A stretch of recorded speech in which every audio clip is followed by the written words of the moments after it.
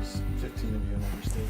Well, we're getting there. We're building the numbers. I think we just need to have a concerted plan when we come in the spring of 2023. That's the thing. Like, Lord willing, we're in the majority. It's not enough to be in the majority. We have to actually do something with it.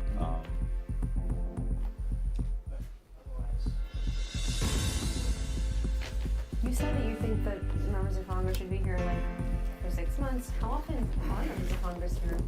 How would you, 6 months versus Well, we're just perpetually. How many? We're perpetually here part-time. Got it. It's just dumb. Like, we come in here Monday, have a show vote. We then do Tuesday, Wednesday, and try to leave midday or late Thursday after a couple of either other show votes or, with partisan votes with no ability to amend or debate or vote. We ought to be here for 6 months. We ought to be debating, offering amendments. We ought to fight all this stuff out, let the votes fall where they may, and then decide whether you're going to vote for it or not in the end.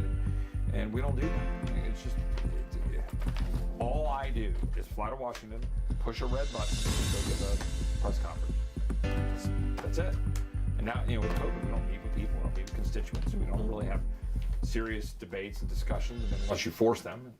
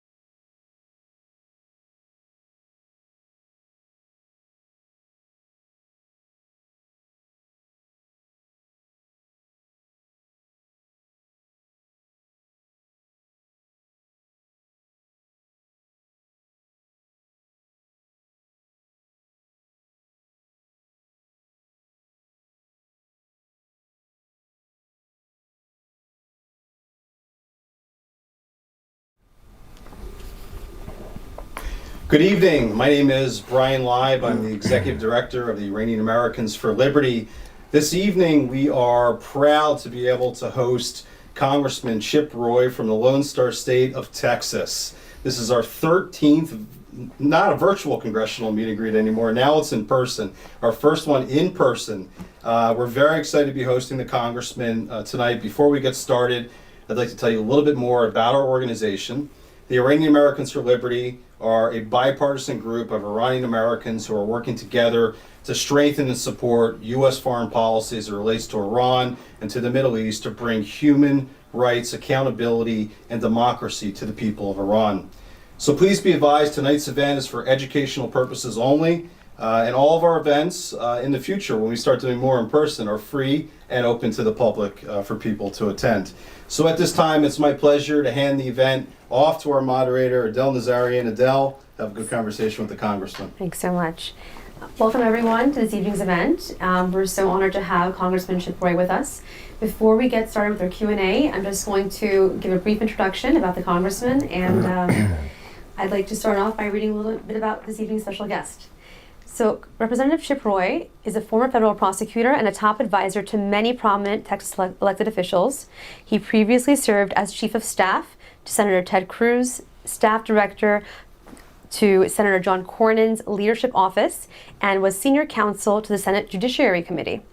In Texas, Roy was the first Assistant Attorney General under Ken Paxton and served as a Senior Advisor to then Governor Rick Perry. He serves on the Judiciary and Veterans Affairs Committees. Roy's district stretches from South Austin through the Hill Country to downtown San Antonio. It's a lot of fun territory you got covered there. The Congressman has spent numerous years outside of politics, including working as an investment banking analyst for Nations Bank, Capital Markets, a technology consultant, and as a counsel in the oil and gas industry. Think of Texas, think of gas and oil. The Congressman also served as the Vice President of Strategy for the Texas Public Policy Foundation. He brings a wealth of public and private sector experience to the House Republican Conference.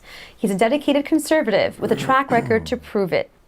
Roy is committed to restoring health care freedom, protecting our borders, defending the sanctity of human life, supporting the men and women of the military, reducing federal spending, and limiting government to promote freedom and opportunity for all Americans. Representative Roy, thank you so much for being with us this evening. And we'd like to turn it over to you for some brief remarks before we proceed with our Q&A. Well, first of all, it's great to be with you all. It's great to join all the people out there watching. A question I always have for groups that have liberty in their title, I'm a part of the House Freedom Caucus, and people look at you cross-eyed. I mean, you're in the House Freedom Caucus. I'm like, well, you realize it's a caucus of people dedicated to freedom, right? Just like Iranian Americans for Liberty, right? I mean, I assume some people look at members of that organization somewhat cross-eyed at times, but what more do you want to be for, right? I mean, and I think that's something that right now we have a important inflection point for the United States of America and for people around the world. Are we going to stand up and defend liberty? And so I'm glad to be here with a group that is similarly dedicated to that cause.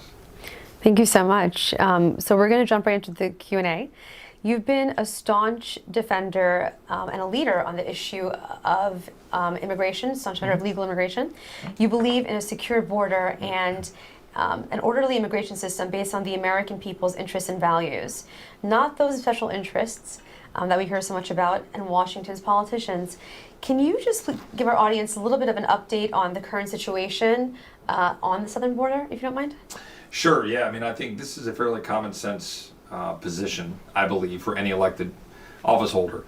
We have a duty to faithfully execute the laws of the United States, and in this case, to secure the border of the United States. One can be very pro-immigration and allowing individuals to come join us in this great country and the great American experiment, while recognizing the importance of sovereignty and the rule of law and security. And unfortunately, those get conflated. The current administration, for example, is completely AWOL in terms of their responsibility to secure the border of the United States. And the result is having tragic consequences, truly tragic consequences, for American citizens, for immigrants who seek to come here, who are getting abused by cartels. In July, we had 212,000 encounters. I use the word encounters because apprehensions is not an appropriate word. When you have a policy position that the current administration does, which is essentially putting asylum signs up at the Rio Grande River on trees and telling people, hey, come here and get processed, when you have essentially an entire unit being stood up in Border Patrol now that's purely for processing. So think about that. Border Patrol now has a unit being stood up to do processing. And then you see the result of that is 212,000 people who come across the river and then basically seek Border Patrol. So if you go to the river like I have, and you go meet with the immigrants who are coming across the river, and you talk to them in my broken but functional Spanish, and you see where they're from, Honduras and Guatemala and El Salvador, some from Mexico, and then from all over the world, then they're coming in and they're just seeking Border Patrol to get processed. The result is terrible for them. Little girls, boys too, getting abused by cartels, people getting sold into the sex trafficking trade, people getting put into stash houses, for example, in Houston, Texas. A young man that thought he'd paid the $4,000 to the cartels to go to pick grapes in California and ended up en route to a stash house in Houston. Thankfully, we intercepted him. But there were 9 immigrants in that car, crammed into it, being driven by an American citizen employee of the Cartel del Noreste, which operates out of Nuevo Laredo. This happens every day. It happens, it affects my district, it's suburban America. If you're watching this and you think that the border situation is something far and remote, and oh, it's those cartels, and I watched something about El Chapo on TV. This is in your community. And you got dangerous fentanyl pouring into your schools, your community, your kids. People overdosing from fentanyl because they take Xanax laced with fentanyl, or they smoke a joint laced with fentanyl. And that's happening every single day. 9,500 pounds of fentanyl have been intercepted in the last year. That is a massive increase over last year. In Texas alone, we caught 10 pounds with Texas DPS last year. We've had over 320 pounds collected this year by DPS. Why do I raise that stat? Because that's in our communities. That's in Texas. I'm not talking about right at the border. That's coming up into Texas. I could go through stat after stat, but basically I'll just leave you with the 7-year-old girl that I talked to at the Rio Grande, who was there by herself with no mom, no dad, no uncle, no aunt, no brother, no sister, and she'd just done the journey all by herself going through Mexico. We're allowing that to happen on our watch, the most powerful nation in the history of the world.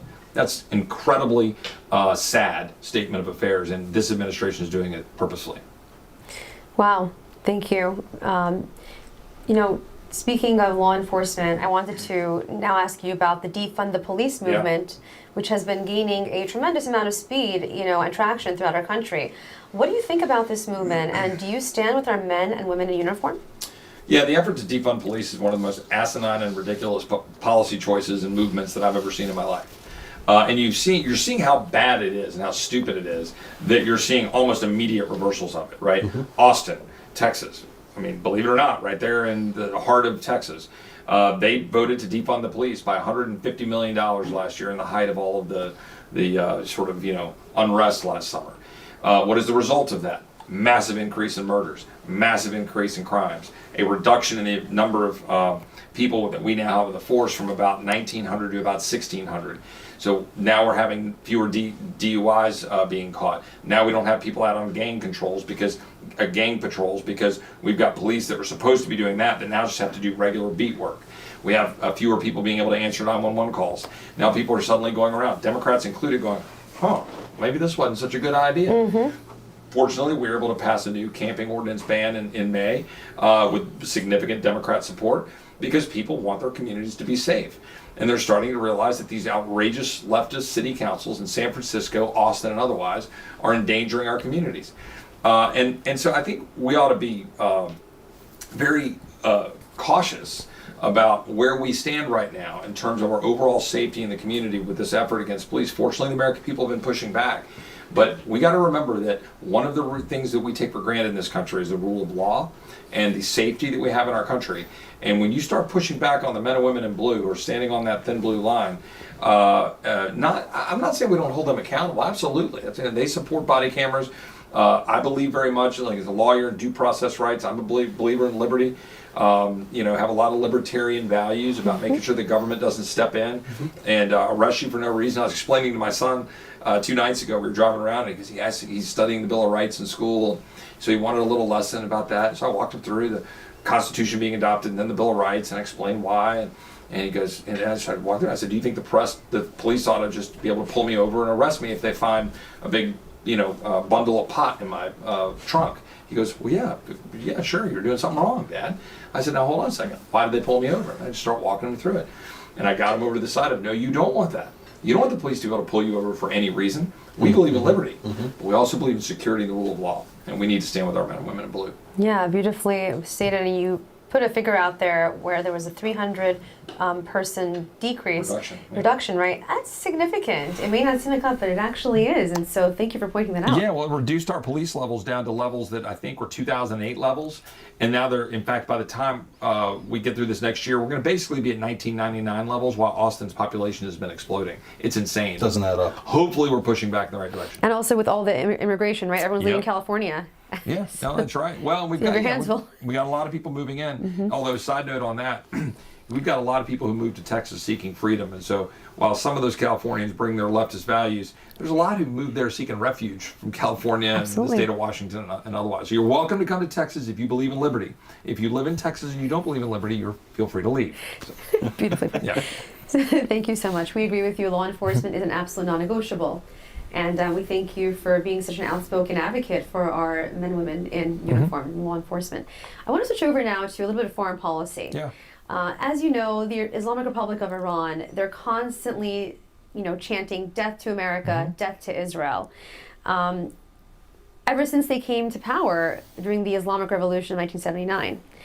I just want to say with the recent sham elections that have happened with Ebrahim Raisi, who's known as the Butcher, he was well accounted for having a leading role in the mass executions. So many Iranians, everyday people. 88 or 80, somewhere back then, yeah. Precisely. Yeah. And so, just want to say he's definitely a hardliner, and want to ask you, what's your message to the new president of Iran?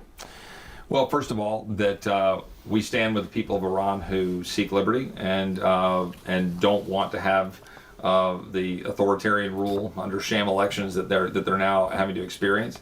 The United States of America, notwithstanding our I think recent failed exit from Afghanistan, which is unfortunate, and I'm happy to talk about that more, but that the people of this country are resolved to stand up against the evil that is perpetrated by the current Iranian regime, and we stand shoulder to shoulder with our friends in Israel. But any of those that want to embrace liberal democratic values and making sure that people's freedoms are being respected, and that my message would be pretty simple. There's a whole other generation of Americans coming up, I'd say some of us that grew up during the Reagan years, that aren't going to do what the current president is doing. So don't get too cocky about where the United States of America stands, because we stand pretty resolved, and we're pretty resolved to stand up against an Iranian regime that is clearly against our interests and those of our allies in the region. Thank you so much.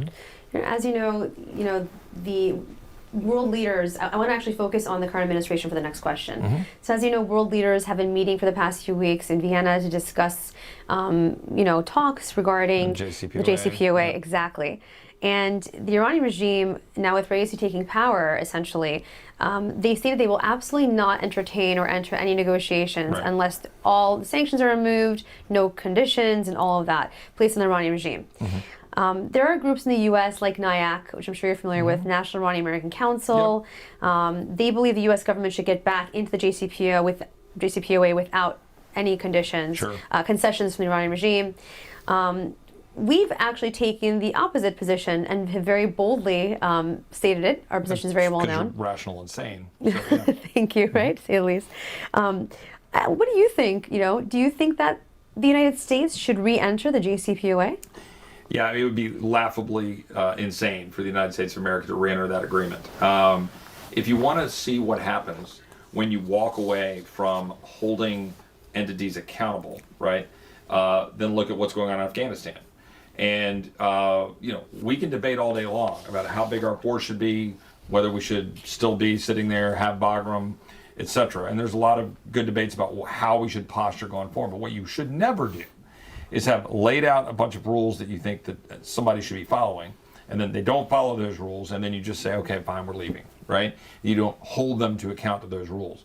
So the idea that we're going to go to Iran and have this JCPOA, and they say, well, yeah, we're not going to follow any of those. Well, of course they're not. They never did. They never would, right? The idea that we entered that agreement in 2015 or whatever that was under Obama is laughably insane, and President Trump was completely right to say that we should get out of it. We're a far stronger country, and the world is a far better place if you don't have that laughably ridiculous agreement in place that was impossible to really truly hold them accountable to anyway, right? And so honestly, we just shouldn't even be in the agreement. We should be speaking with very clear voices about what we expect in terms of what they're doing in the region, both in our direct national security interests as well as our allies, and we should never allow them to get access to nuclear weapons. Thank you. Just something to add really quickly. Yeah. I think President Obama, now President Biden, they look at the Iranian regime, and they look at a lot of other terrorist proxying groups around the world with this flawed premise that they're good people. Right. Adele just mentioned the Iranian regime since 1979. It's death to America, death to Israel, hanging gay men in the streets. How is this a country that we should be negotiating with? Well, of course not. I mean, the whole idea that we should be negotiating with terrorists and people who are fundamentally at odds with our values and our national security is absurd. And look, we know for a fact that Iran is funding terrorist entities and organizations that are targeting Americans, targeting Israel, targeting our friends around the world, and yet this bunch in the White House and the Obama administration too think we ought to sit down and play footsie with them at some table negotiating with people who have literally no interest in our well-being or the interests of those who are our allies. And I think that we need to be speaking with clarity for the world, and unfortunately the situation in Afghanistan is muddying those waters. And I think it's an absolute travesty, but I am hopeful, as I always am in these situations, that, sort of Phoenix Rising kind of thing. Like, the American people's eyes are getting opened to a whole lot of the insidious and evil policies that we've been toying around with now for too long, right? It's not enough for us to kind of get back into power and try to right the ship. We need to fundamentally alter our position as a country to stand strong and redefine for an entire generation what we're going to do and send that message loud and clear to the world. We're not going to appease Iran. We're not going to, let China run over us or our allies. We're going to stand strong against cartels at the border. We're going to have a strong military. We're going to use it sparingly, but when we do, you're going to know it. Well said. And speaking of which, a few years back, I put together a very comprehensive list of the Islamic Republic of Iran's terrorism they funded since '79. Right. That list has since grown. I would love to send it to you for sure. I'd like to have that and use it liberally. Absolutely, thank you. And as you mentioned yourself, this is actually the next question I wanted to ask you. As you know, the Islamic Republic of Iran funds terror all over the world. Hamas in Israel, Hezbollah in Lebanon, the Houthis in Yemen, and counting, growing. Now you have Assad, it's a whole different story. But as we were talking, there are Iranians literally taking to the streets, protesting the fact that they do this, that they put the needs of others and their adventurism and terror over the needs of the people. And so the people of Iran are sick and tired, honestly, and they don't want to see their government accessing these terrorists while they don't even have access to running water or electricity. Do you stand with the Iranian people who are rising up against their regime? Yeah, I mean, as I said before, I think in answer to one of the other questions that not only do I, but more importantly, because I'm just 1/435th of 1/2 of 1/3 of the federal government, right? So I'm a relatively small amount of power. But what I do have is a voice, and what I do have is, I think, a belief that aligns with the vast majority of the American people, that they want to stand with freedom seekers, they want to stand against authoritarians and tyrants. They want to do so in a direct connection to their own national security. We owe it as a Congress, in my belief system, to be very clear about how we're engaging overseas, how we have an authorization of force in place. I think Congress has been remiss. I think we have failed to update and make clear to the world what our authorization of force should be, right? We're coming up on 20 years of having an authorization of force in place in reaction to 9/11, right? It was October, I think, 7th of 2001. I think one of the reasons that this current administration was kind of able to run amok the way they've done in Afghanistan is that Congress didn't speak with clarity. We shouldn't have just for 20 years said, okay, here's some more money. Yeah, keep going, doing whatever you're doing. Yeah, go fight some terrorists. And then, okay, Trump will take out Soleimani. Great, I agree with that. Good, we should do that. But then over here, we're appeasing terrorists and, we should be clear as a Congress, right? That here's what our military is going to do, and here's how we're going to do it, and here's how we're going to stand with the people around the world that share our values. And that may not mean military engagement, but it may mean very loud voice and support and sanctions and holding the line and not playing footsie with things like the JCPOA. There are a lot of things we can deploy. And let me just add to that. You said you're only one voice. Yep. But I've got to tell you, Congressman, that one voice, when it gets, and Adele can attest this, when that one voice gets to the people of Iran, and they see members like yourself and members like Claudia Tenney and Yvette Harrell speaking out against this regime, it gives them hope. Good. It gives them a reason to keep going. So please, I know it's only just one voice, but keep using your voice because it's getting through to people and it is making a difference. Well, good. Well, let me reiterate the point that I made before, that this current administration is not the end of Americans' engagement around the world. This is the beginning, I believe, of a new generation of Americans who will take the mantle and will be standing strong with the people around this world to make sure that the world knows our position when it comes to the Iranian regime. Thank you. Absolutely. Thank you for saying that. The world looks to us. So awesome. A few weeks ago, the Iranian regime sanctioned a terrorist attack on a commercial shipping vessel called Mercer Street on international waters. This isn't the first time, nor will it be the last, that the Iranian regime has, attacked commercial vessels. And, President Biden to this day has really been silent on this issue. We believe that he has really not only he's actually emboldened, if anything, the regime, and allowed them to feel like they can continue and expand their attacks on America's allies and the West, which they perceive as being the enemy, of course. America and our president is projecting weakness, not strength.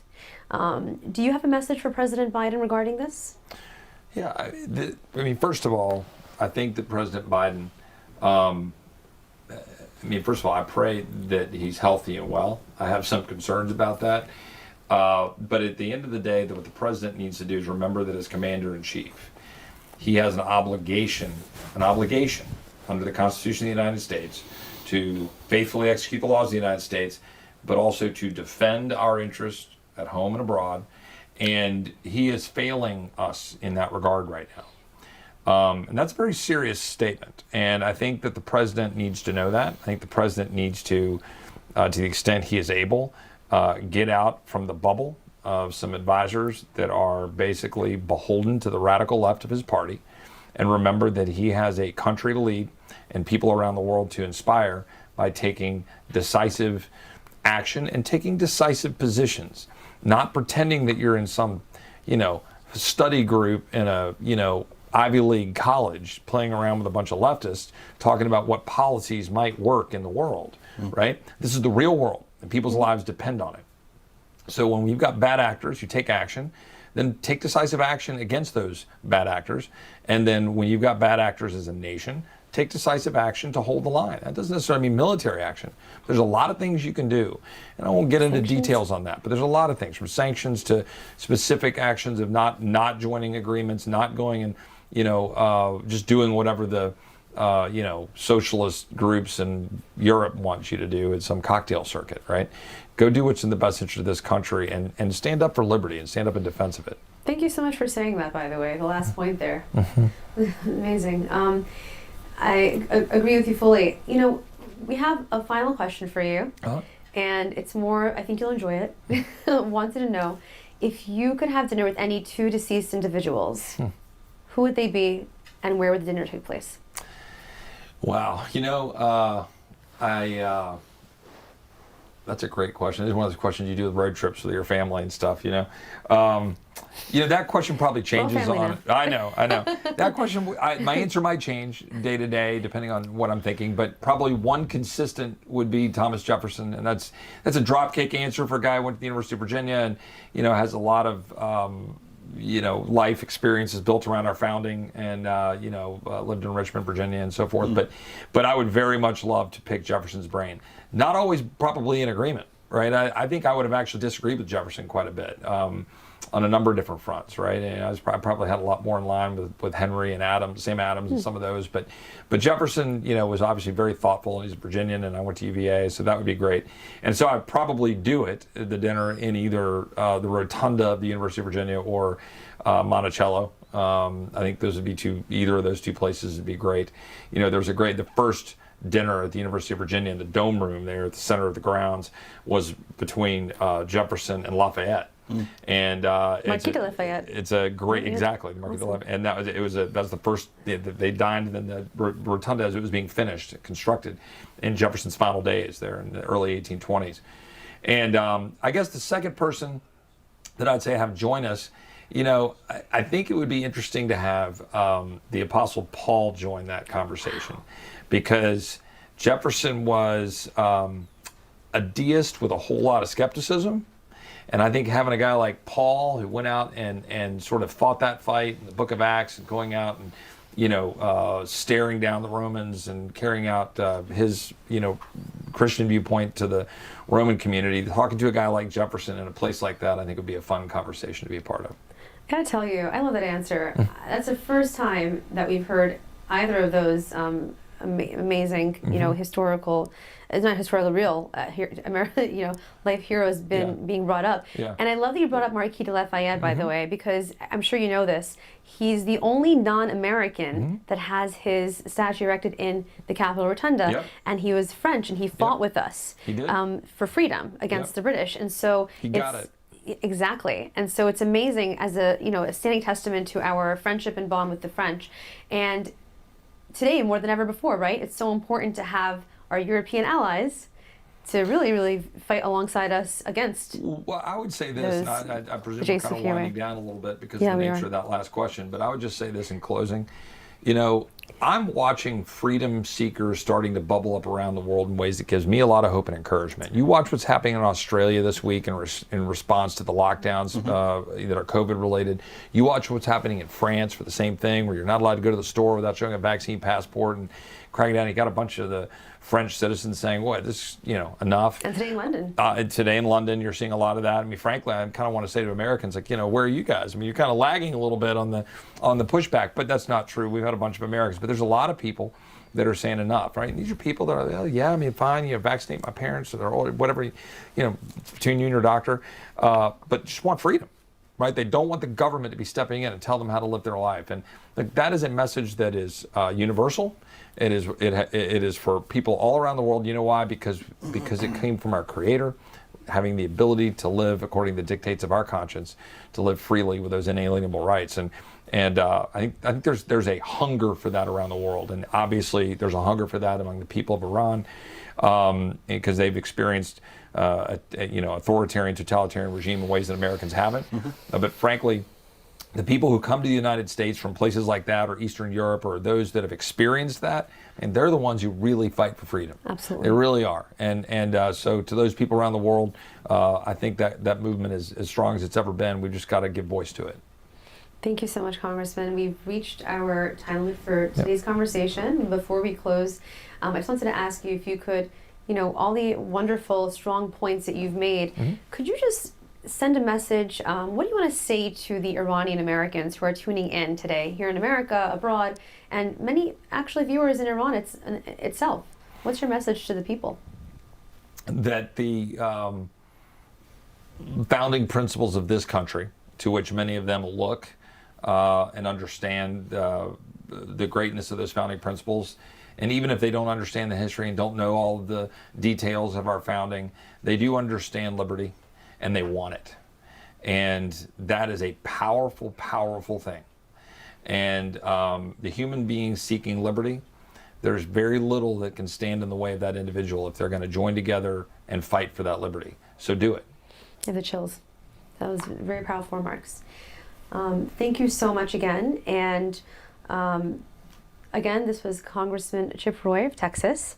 The Iranian Americans for Liberty thanks everyone for joining us this evening. Again, I am your host, Adelle Nazarian, and I wish you a wonderful evening. Until next time.